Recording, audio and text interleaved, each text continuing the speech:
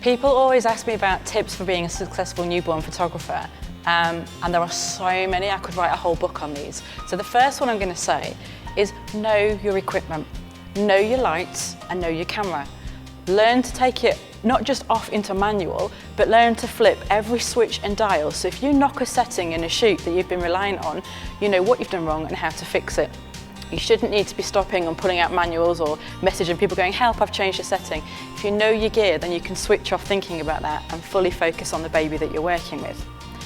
My second tip is learn to read babies.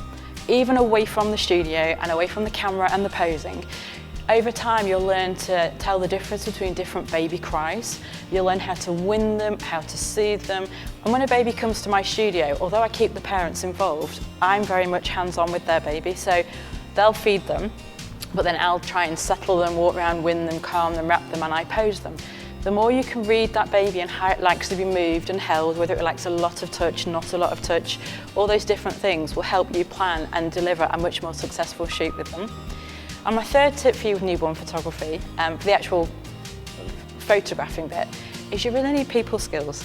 Your job is to relax these new parents. They come to the studio and often it might be their first trip outside the house, their first visit somewhere. For me, my clients invest quite a lot financially as well, so they're really nervous and apprehensive that it goes well.